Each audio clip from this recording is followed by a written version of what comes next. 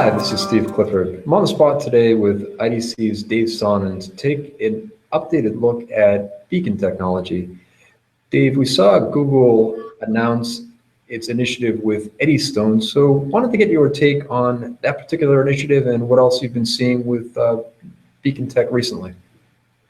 Steve, this is a big step forward. First, the Eddystone light's pretty cool in itself. It's an ancient old lighthouse off the coast of England. And in their intro, they actually have pictures of it. So they're tying this back to the old beacon technology of lighthouses. So we've come a little ways. And the last time we looked at beacons, it was the iBeacon, which was pretty exciting. It was a new idea from Apple.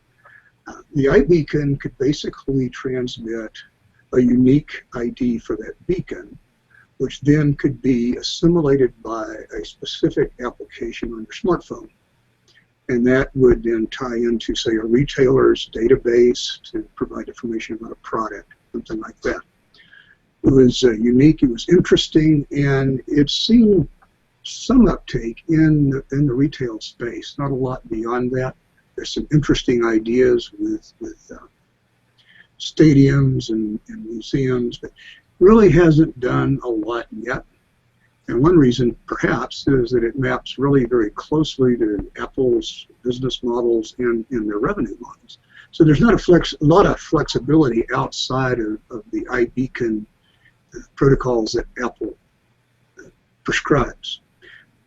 What's happened with Eddystone is that Google, like they do with everything they do for the web, has made it open source.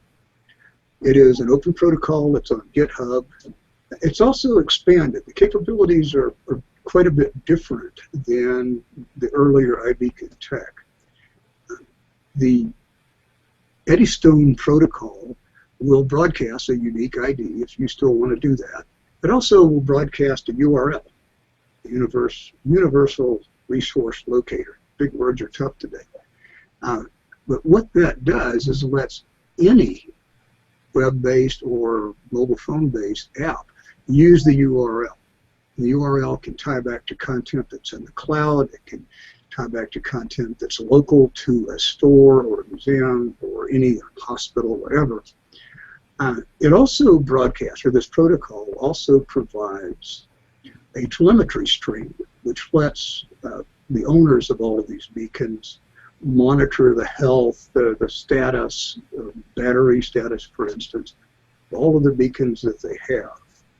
Now, the technical details on the telemetry stream are still a little vague yet. Haven't seen those yet, other than Google's intent. It's a really neat idea. They also can broadcast what's called an ephemeral ID, which lets you group users based on intent or interest, location, whatever. So it's a pretty significant step forward. And since it's open source, it's going to be taken places that us analysts would like to think we knew, but we don't. It's really up to the individual initiative and entrepreneurial spirit out there of people that just want to grab it and run with it. There's a lot of support in the beacon community. A lot of people that build beacons are supporting now. So it looks like there's a solid base of users. There's an interesting developer base. It's going to be a really interesting step forward for beacon technology and generally for the expanded use of mobile phone platforms. All right, well, I thank you very much for your time taking a look at this particular announcement today, and we look forward to staying up to date with you on the topic moving forward. Thanks, Steve.